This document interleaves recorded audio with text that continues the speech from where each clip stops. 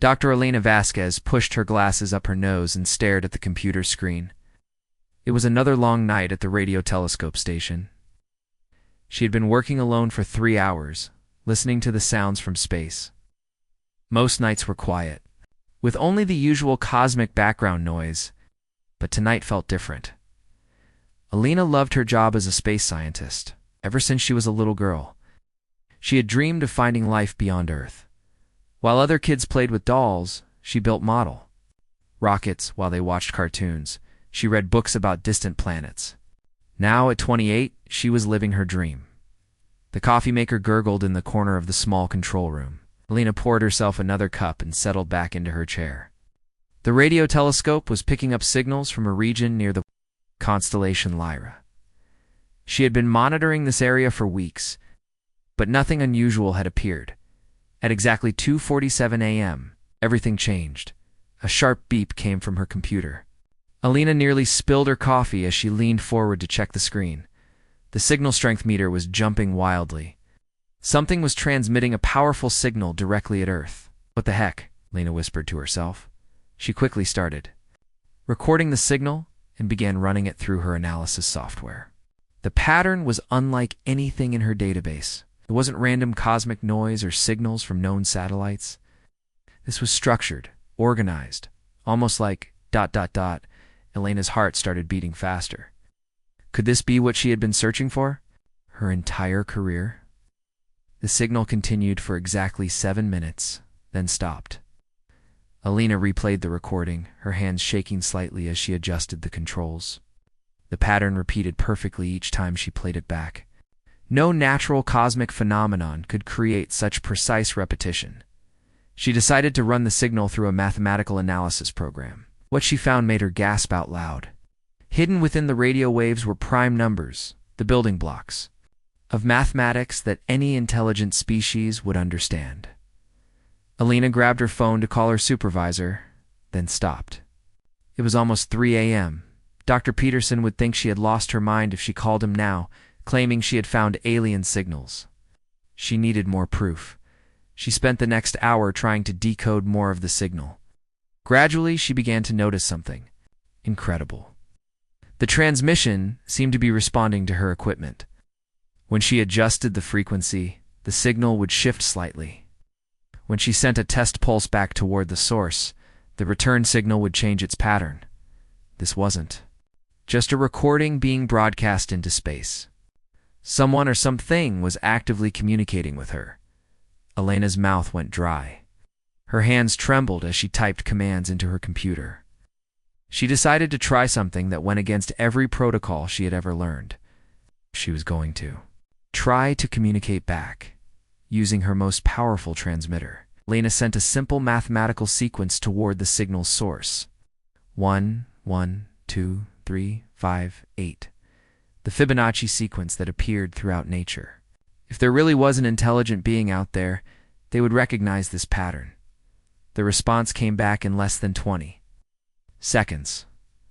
The return signal contained the next numbers in the Fibonacci sequence, followed by something that made Elena's blood run cold. Slowly appearing on her screen were symbols that looked almost like letters. Then in broken English, words began to form. Hello, ... Can you ... understand me? Elena stared at the screen in disbelief. She was either witnessing the most important moment in human history or having a complete mental breakdown. She looked around the empty control room, checking that she was truly alone and not being pranked by her colleagues.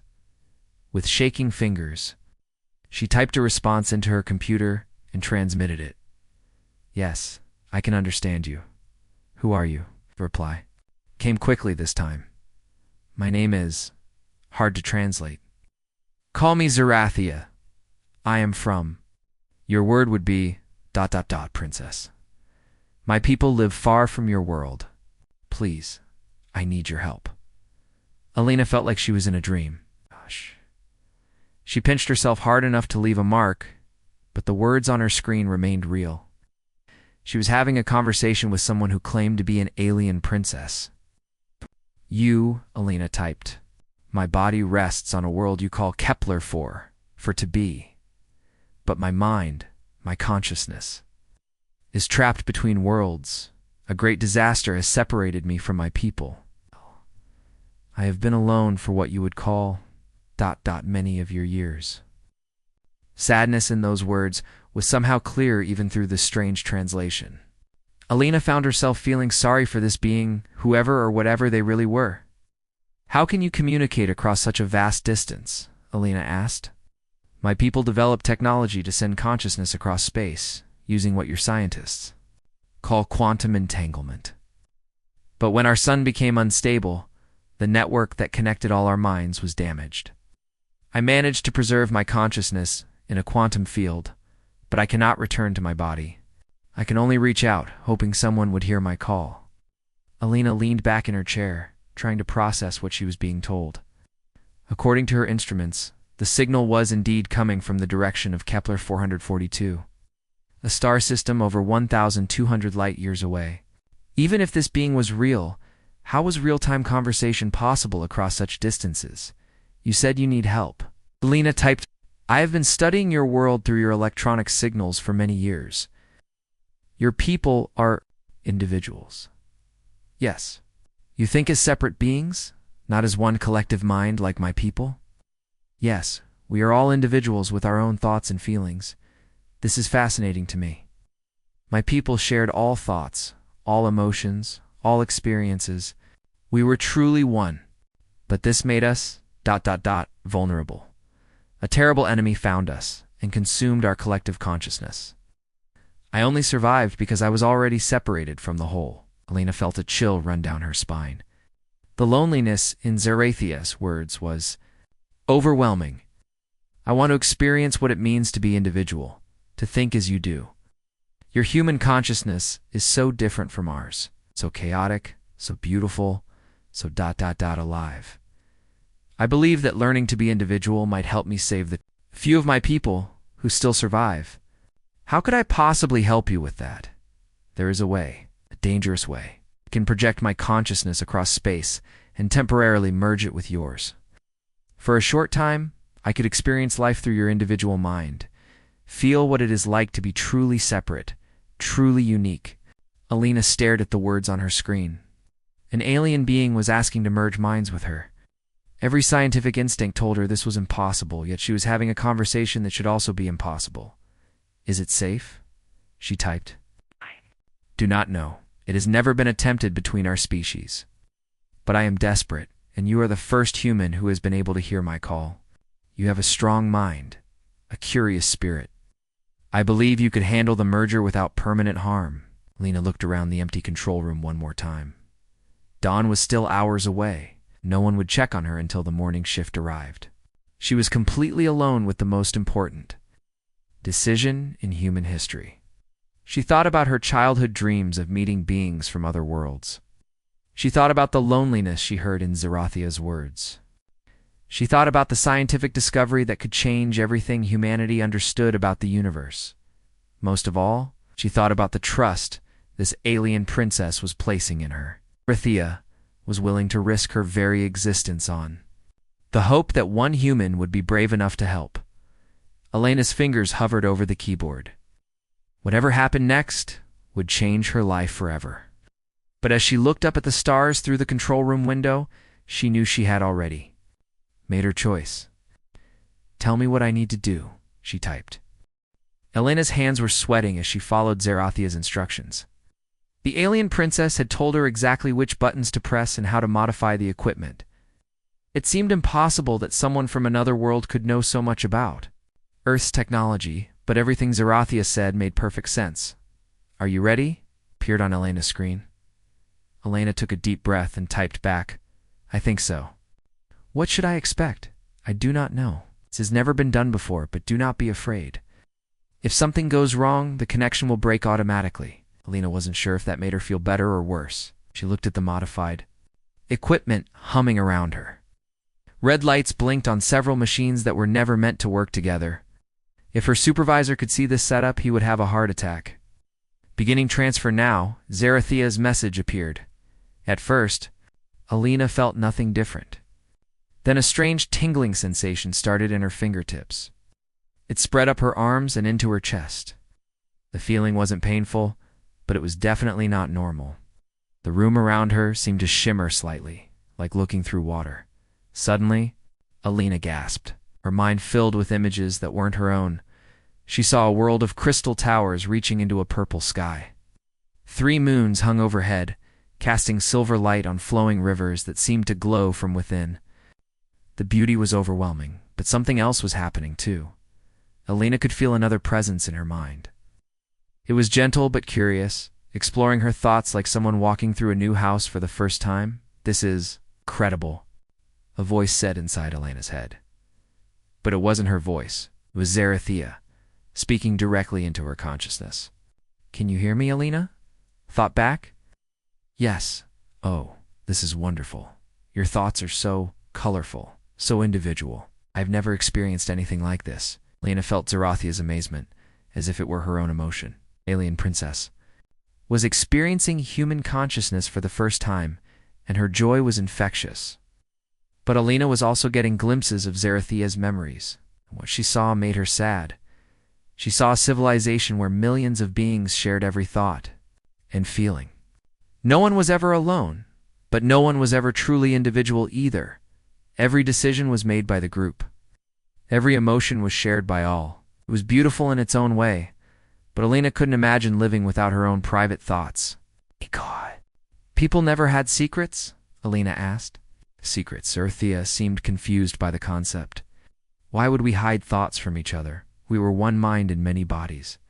But what about personal dreams? Things you wanted just for yourself? Alina felt Zarathia's consciousness pause as she considered this idea. We never thought that way. Individual wants were not important. Only the good of all mattered. That sounds lonely in a different way, Alina thought. Yes. Zarathia agreed, her mental voice full of wonder. I think you were right. That we were. Together, but apart. Connected, but not truly. What is your word ... intimate? Alina was about to respond when something strange happened. The world around her suddenly looked different. Colors seemed brighter. The coffee cup on her desk appeared to glow with its own inner light. When she moved her hand, she could see trails of energy following her fingers. What's happening? Alina asked. I am sharing my perception with you. My people see energy patterns that yours cannot. The universe is full of connections you do not normally notice. Alina stood up and walked to the window. Outside, she could see threads of light connecting every star in the sky. The earth itself pulsed with a warm, living energy. It was the most beautiful thing she had ever seen. But as minutes passed, Alina began to feel strange. Her head started to ache, and she felt dizzy. The two sets of memories in her mind were getting mixed up. She couldn't tell which thoughts were hers and which belonged to Zarathia. Something's wrong, Alina said, gripping the edge of her desk. I know. The connection is stronger than expected. I am trying to return to my quantum field, but something is preventing me. Alina felt panic rising in her chest, but she wasn't sure if it was her panic or Zarathia. What do you mean? I think I'm stuck. My consciousness has become anchored in your mind. I cannot find the path back to my own body. The room spun around Alina. She sat down heavily in her chair.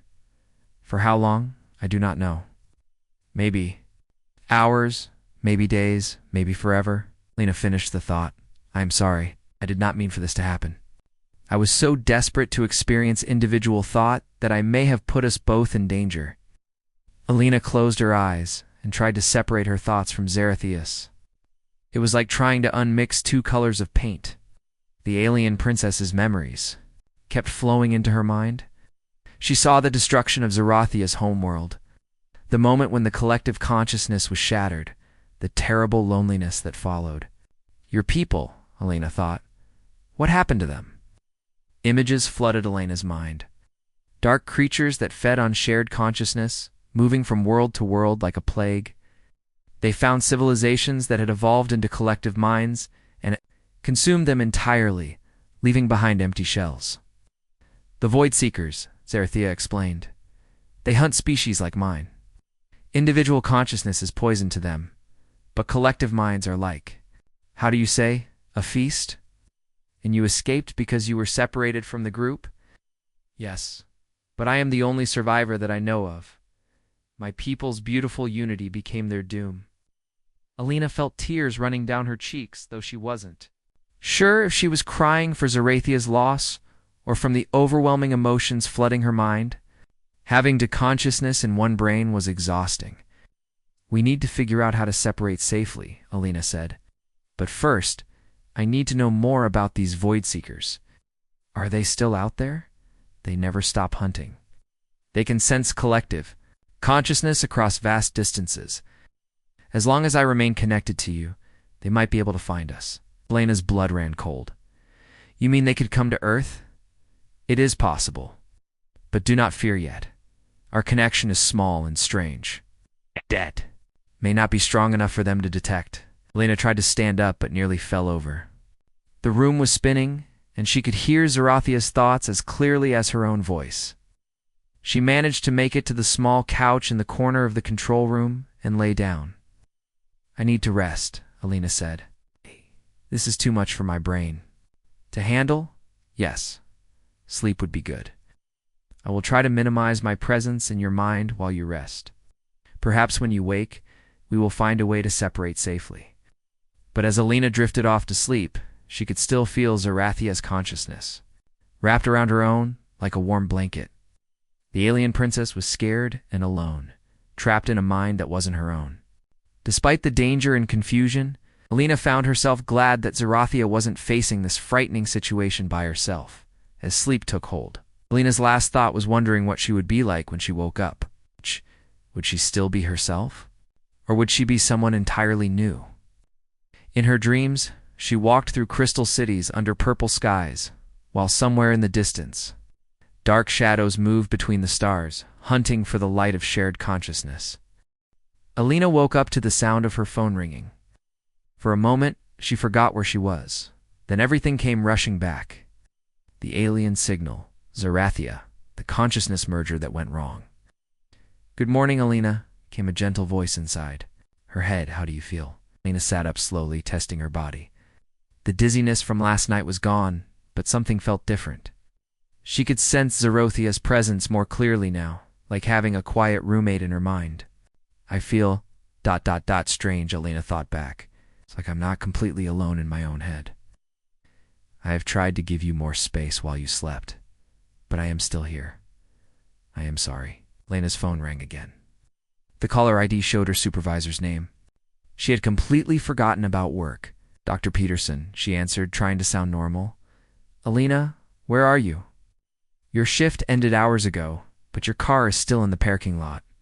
Alina looked around the control room. She had slept through the entire morning. I'm sorry, Dr. Peterson. I was reviewing some interesting data and lost track of time. I'll be right out. Interesting data? Zarathia asked curiously after Alina hung up. That's what we call it when we find something unusual, Alina explained. As she gathered her things, I need to go home and figure out what to do about ... US. Alina drove home carefully, still adjusting to having another consciousness sharing her thoughts.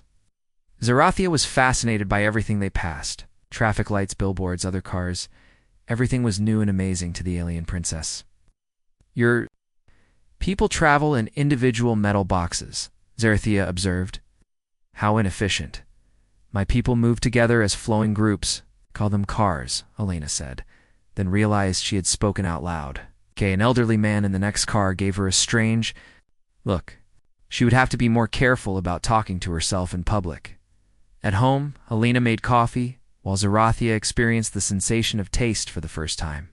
This liquid is wonderful, Zarathia exclaimed. It is bitter and warm and energizing. How do you describe such complex sensations? Practice, Alina smiled. We spend our whole lives learning to put feelings into words. Alina sat down at her kitchen table with her laptop. She needed to research quantum consciousness and figure out how to separate safely. But when she started typing, something strange happened. Her fingers seemed to know things she had never learned. Complex equations appeared on her screen, formulas that described the relationship between consciousness and quantum fields. Alina stared at the work in amazement. Did you just help me with that? Alina asked. Your mind is connected to mine now. Some of my knowledge flows into yours, just as some of your experiences flow into me. Alina spent the morning working through problems that should have taken her years to solve.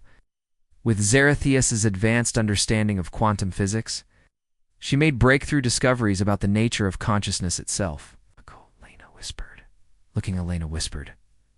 At pages of revolutionary equations, we could change everything we know about the universe. But be careful, Zarathia warned. Your people are not ready for all of this knowledge. Some discoveries can be dangerous if used wrongly. Around noon, Alina decided to test how much her abilities had changed. She went to the grocery store, curious to see how Zarathia would react to human society. The alien princess was overwhelmed by the experience. The grocery store was full of individual humans, each thinking their own private thoughts, each making their own choices. So many separate minds, Zarathia marveled. All in one place, but each completely unique. It is beautiful and terrifying at the same time. Lena found herself seeing the store through new eyes. She noticed energy patterns around people, subtle connections between friends and families. Some shoppers seemed to glow with contentment, while others carried dark clouds of worry or sadness. Can you see people's emotions? Alina asked. In a way, yes. Your species broadcasts feelings more than you realize. But you also have the amazing ability to hide your true thoughts when you choose to. In the cereal aisle, Alina met her neighbor, Mrs. Chen, an elderly woman who lived alone. Lena, dear, you look different today, Mrs. Chen said with a smile. There's something brighter about you.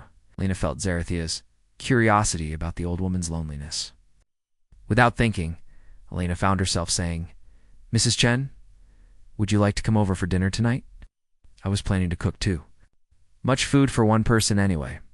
Mrs. Chen's face lit up. It would be lovely, dear. I haven't had dinner with someone in weeks.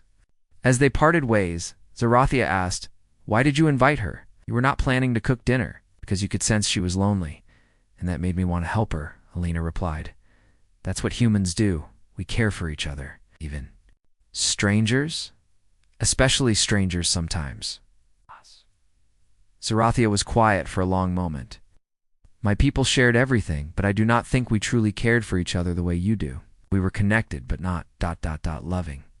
That evening, Lena cooked dinner for Mrs. Chen. The old woman told stories about her late husband and her children who lived far away. Lena found herself genuinely enjoying the conversation, while Zarathia listened with fascination to tales of human love and loss. Your individual relationships are so complex, Zarathia observed after Mrs. Chen left. You choose to love specific people more than others. You form bonds that last even when you are apart. Don't your people have families? Partners? We were all family. We were all partners. We loved everyone equally, which meant we loved no one specially. Lena felt a deep sadness from Zarathia as she considered this. The alien princess was beginning to understand what she had missed by living in a collective consciousness. That night, Alina tried to research separation techniques, but she found herself getting tired more quickly than usual. Supporting to consciousness was draining her energy. I am making you sick, Zarathia said with concern. I'm just tired. Maybe it will get easier with time. Lena knew Zarathia was right. Her body wasn't designed for this. She could feel the strain in her mind, like a muscle stretched too far. Memory gaps were starting to appear. Sometimes she couldn't remember if a thought was hers or Zarathia. We need to find a solution, Alina said. Either we separate safely or ... or we find a way to merge completely without damaging your human brain, Zarathia finished. Is that possible? I do not know. But I am beginning to think our connection may be more important than just helping me experience individuality. Your mind works so differently from mine. Together, we think in ways neither of us could alone. Alina fell asleep wondering if she was slowly losing herself or if she was becoming something entirely new. In her dreams, she saw dark shapes moving between the stars or growing closer to a small blue planet where two very different minds were learning to share one body. She woke up with the strangest feeling that someone was watching Earth from very far away and that time was running out faster than they realized. Alina was making breakfast when the men in dark suits knocked on her door. She had been living with Zarathia in her mind for a week now, and things had been getting stranger every day. Her enhanced abilities were becoming harder to hide. "Alina, someone is here," Zarethia warned, her mental voice tense with worry. Alina looked through the window, saw 3 serious-looking people standing on her porch. Government agents, she realized, with a sinking heart. Dr. Vasquez, the tall man at the front, called out, with the Department of Scientific Security. "We need to ask you some questions about unusual signals detected from your facility last." Weak Elena's hands started shaking. She had known this moment would come eventually. Her breakthrough research papers had attracted too much attention too quickly. Someone had connected her sudden leap in knowledge to the mysterious signals. From space? What should I do? Alina thought to Zarethia. Do not tell them about me yet. Let's see what they know first. Alina opened the door with a forced smile. Good morning. How can I help you? The lead agent showed his badge. Agent Rodriguez. We've been monitoring some unusual electromagnetic activity traced back to your equipment. Mind if we come in? Alina had no choice but to let them enter. They sat in her living room, and she could feel Zarethia observing everything through her eyes. Dr. Vasquez, your recent research publications have raised some eyebrows, Agent Rodriguez said, pulling out a tablet. Quantum consciousness theory, advanced electromagnetic field manipulation, consciousness transfer protocols.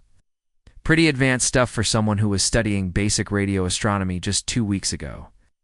I've been working on these theories for years, Alina lied, hoping they couldn't tell how nervous she was. Really? Another agent, a woman with sharp eyes, leaned forward. Because according to your colleagues, you've never shown interest in consciousness research before, and suddenly you're writing papers that are decades ahead of current science. Felt trapped. These people clearly suspected something, but she couldn't tell them the truth. Who would believe that an alien princess was living in her head? Sometimes inspiration strikes, Alina said weakly. Alina, they know more than they are saying, Zarethia warned. I can sense deception in their energy patterns. Agent Rodriguez tapped his tablet. We've also detected some unusual quantum field fluctuations around your home and workplace. Fields that shouldn't exist with current Earth technology. Lena's heart raced. They had been monitoring her. But how much did they actually know? Dr. Vasquez, the female agent, said gently, We're not here to arrest you. We think you may have made contact with something extraordinary. If that's true, we want to help. Alina looked at their faces. They seemed sincere, but Zarethia was broadcasting waves of anxiety into her mind. There are others watching too, Zarethia said urgently. Not just your government. I can sense scanning patterns from orbit. Something is studying your planet, Elena's. Blood turned cold. What do you mean? She realized. She had spoken out loud. The agents looked at her strangely. What do you mean, Dr. Vasquez? Agent Rodriguez asked. Elena's mind raced. She had to make a choice. Keep lying and risk everything, or trust these strangers with the most important secret in human history. I need to show you something, Alina said finally. But you have to. Promise me you'll listen to everything before you make any decisions. The agents exchanged glances. We're listening. Alina took a deep breath. 1 week ago, I received a signal from space. It's not just any signal, a communication from an intelligent being. Go on, Agent, Rodriguez said, his voice carefully neutral. Name is Zarethia. She's in my head right now. The female agent raised an eyebrow. In your head? Alina, be careful, Zarethia warned. But perhaps it is time. The danger is growing. Alina explained everything. The first contact, the consciousness merger, Zarathia's, people, and their destruction by the Void Seekers. The agents listened without interrupting, their expressions growing more serious with each detail. You're telling us that an alien consciousness is currently sharing your mind? Agent Rodriguez asked when Alina finished. Yes, and she's trying. To warn us about something terrible, Alina felt Zarethia take a more active role in their shared consciousness. When Alina spoke again, her voice carried a different tone, more formal and otherworldly. Agents of Earth's government, Alina said, but it was clearly Zarethia speaking through her. I am Zarethia of the Ithani. I greet you in peace, but I bring urgent warning. The agent stared in shock as Elena's entire demeanor changed. Posture straightened, and her eyes seemed to glow with inner light. The hunters that destroyed my people have found your world. They are coming. How do we know you're telling the truth? The female agent asked, though her voice shook slightly. Alina smiled with Zarathia's ancient wisdom. Because they are already. Here? Suddenly, every electronic device in the house started going crazy. Phones buzzed, the television turned on by itself, and the lights flickered wildly. Alina, the scanning has intensified, Zarathia said urgently. They have found us. We must leave immediately. Alina grabbed her emergency bag while the agents tried to make sense of what was happening. Through the window, they could see strange lights moving across the sky in broad daylight. What are those? Agent Rodriguez asked, pointing at the lights. Void Seeker scout ships, Alina replied, her voice mixing with Zarathia's. They feed on collective consciousness. Right now they're testing your planet's mental defenses. Lights in the sky pulsed, and suddenly Alina felt a wave of confusion wash over her. For a moment, she couldn't remember her own name. They're starting to feed, Zarathia explained through their shared voice. They're draining mental energy. From your population centers, millions of humans are about to become empty shells. Alina could feel it happening. Through her enhanced senses, she could detect the Void Seekers reaching into human minds across the planet. People were losing their ability to think independently, becoming hollow copies of themselves. How do we stop them? Agent Rodriguez asked. His training taking over despite the impossible situation? There is only one way, Alina said, Zarathia's sadness coloring her words. We must complete the merger, become something new, something that can fight back. What does that mean? The female agent asked. Alina looked at them with tears in her eyes. It means I have to give up being human. Zarathia and I must become one being permanently. It's the only way to create a consciousness that's immune to their feeding and strong enough to protect others. The house shook as something large passed overhead. Through the window, they could see a massive shadow blocking out the sun. Alina, Zarathia said gently, the choice must be yours. If we merge completely, you will never be yourself alone again. But if we do not act now, your entire species will suffer the same fate as mine. Alina thought about Mrs. Chen, about Dr. Peterson, about every human on Earth who was counting on someone to protect them from this cosmic horror. She thought about the loneliness in Zarathia's voice when they first met, and how they had become something beautiful together. I'm ready, Alina said out loud. Tell me what to do. As the alien ships grew larger in the sky and the lights in the house went out completely, Alina prepared to sacrifice her individual humanity to save the world. But deep in her heart, she knew this wasn't really a sacrifice. It was an evolution. She was about to become something the universe had never seen before. Something that could stand against the darkness and win. Alina closed her eyes and felt Zarathia's consciousness flowing deeper into her mind. This time she didn't resist. Instead of fighting the merger, she welcomed it completely. The sensation was like diving into warm ocean water, letting the waves carry her to places she had never imagined. Are you sure about this? Zarathia asked one last time, her mental voice full of concern and love. I've never been more sure of anything, Alina replied. We're stronger together than we could ever be apart. The agents watched in amazement. As Alina's body began to glow with soft silver light, the chaotic electronic interference around them suddenly stopped. The light stabilized, and an incredible calm filled the room. Alina opened her eyes, but they were different now. They held the wisdom of an alien princess and the determination of a human scientist. When she spoke, her voice carried harmonies that shouldn't have been possible from one throat. We are Alina Zarathia, she said, and the words seemed to echo. With power, we are something new. Outside, the massive Void Seeker ship descended toward the city. Alina Zarathia could feel the alien predators trying to drain the minds of everyone below. Millions of people were becoming confused and empty as their individual thoughts were consumed. We have to stop them now, Alina Zarathia said, walking toward the door. Wait, Agent Rodriguez called out. What can you do against something that big? Alina Zarathia turned back with a smile that was both human and otherworldly. We can teach them something they've never experienced before. Can show them what it means to choose connection instead of having it forced upon you. She stepped outside into the chaos. People were wandering the streets in confusion, their eyes blank and empty. Cars had stopped in the middle of roads as drivers forgot how to think for themselves. The Void Seekers were feeding, and Earth was dying. Eleni Zerathia reached out with her enhanced consciousness and touched the mind of a confused woman nearby. But instead of taking her thoughts, she gave something back. She showed the woman how to build walls around her individual self. While still connecting with others, the woman blinked and looked around, her eyes clearing. What? What happened to me? You were being attacked, Eleni Zerathia explained gently. But now, you're protected. Help us teach others.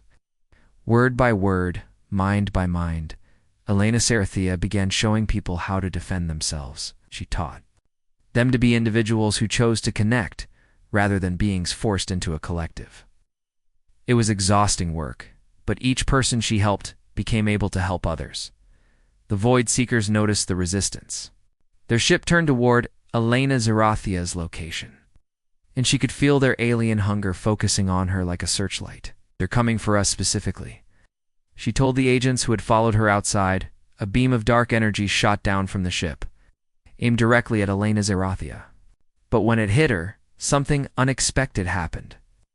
Instead of draining her consciousness, the beam seemed to bounce back, carrying with it the very lesson she had been teaching. The Void Seekers reeled in shock.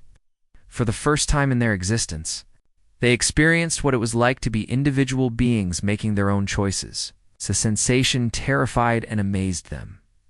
Eleni Zerathia rose into the air, her body glowing brighter as she flew toward the alien ship. She could hear Zerathia's memories guiding her, while Elena's human courage drove her forward. Inside the ship, she found the Void Seeker Queen, a massive creature that existed as pure collective consciousness. The Queen tried to consume Eleni Zerathia, mind, but found herself facing something she couldn't understand. What are you? The Queen demanded, her voice echoing in Eleni Zerathia's mind. We are proof that connection and individuality can exist together, Eleni Zerathia replied. We are two who chose to become one, not because we were forced to, but because we wanted to. Eleni Zerathia began sharing her memories with the Queen. She showed her Elena's childhood dreams of finding life among the stars. She showed her Zerathia's loneliness and the beauty of the Ethanese crystal cities. Most importantly, she showed her the moment when two beings from different worlds chose to trust each other. The Queen experienced individual choice for the first time. She felt what it was like to make a decision that was purely her own, not influenced by the collective hunger of her species.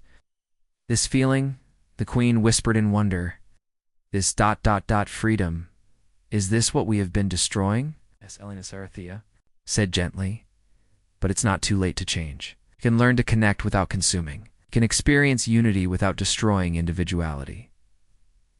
The Queen was silent for a long moment. Around them, the other Void Seekers felt the change. In their leader's consciousness, for the first time in millions of years, they questioned their purpose. Teach us, the Queen finally said. Show us how to be individuals. Eleni Zerathia spent hours working with the Void Seekers, teaching them the delicate balance between self and community. It was like teaching children who had never learned to walk. Some of them struggled with the concept of personal choice. Others were afraid of being alone with their own thoughts. But gradually, they began to understand. They learned that true connection came from choosing to share, not from taking what belonged to others. They discovered that individual differences made relationships richer, not weaker. When Eleni Zerathia finally returned to Earth, she found a world that had changed forever. The near disaster had brought humanity together in new ways. People were learning to connect their minds safely, sharing thoughts and emotions while keeping their individual identities. Strong scientists from around the world came to study what Eleni Zerathia had become. She helped them understand consciousness in ways that revolutionized psychology, neuroscience, and philosophy. But more importantly, she taught them that differences between people were something to celebrate, not eliminate. The former Void Seekers became Earth's protectors, traveling the galaxy to find other species that were struggling with the balance between individual and collective consciousness.